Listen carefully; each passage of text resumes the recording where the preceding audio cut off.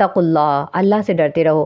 3 اہم کام اللہ نے فرمایا ہے کہ اصبروا وصابروا ورابطوا، یہ تمام کام یہ اللہ کے نزدیک شرف قبولیت کو کب پہنچیں گے؟ اس وقت پہنچیں گے جب کہ واتقوا اللہ، اللہ سے تقویٰ ہوگا۔ انسان بعض اوقات ایسا ہوتا ہے کہ فوج میں چلا جاتا ہے یا یہ کہ کسی بھی مہم پہ چلا جاتا ہے، لیکن وہاں جاتے وقت اس کو اللہ کا خوف نہیں ہوتا، بلکہ اس کے ذہن میں کیا ہوتا ہے کہ مجھے یہ صرف کاروباری طور پر کمانے کے لیے مجھے یہ اینڈ گیم مشن پورا کرنا ہے۔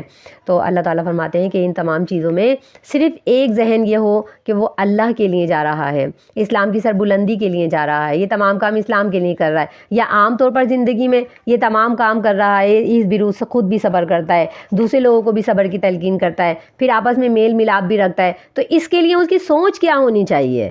اس کے لیے اس کی سوچ، کچھ خاندان ایسے ہوتے ہیں بہت جڑے رہتے ہیں، اور کچھ خاندان ایسے ہوتے ہیں جو جڑ کر نہیں رہتے، ٹوٹ جاتے ہیں، لیکن یہ سارے کے سارے ملنے جلنے اور ٹوٹنے، رشتے قائم کرنے اور رشتوں کا جوڑنا توڑنا، یہ عام طور پر جو لوگ سوچتے ہیں وہ سمجھتے ہیں کہ یہ ہماری زندگی کا ایک حصہ ہے۔ نہیں، اللہ فرماتے ہیں یہ زندگی کا حصہ نہیں، بلکہ ان تمام چیزوں میں سوچ انسان کی کیا ہونی چاہیے؟ واتقوا اللہ، اللہ کا تقوی۔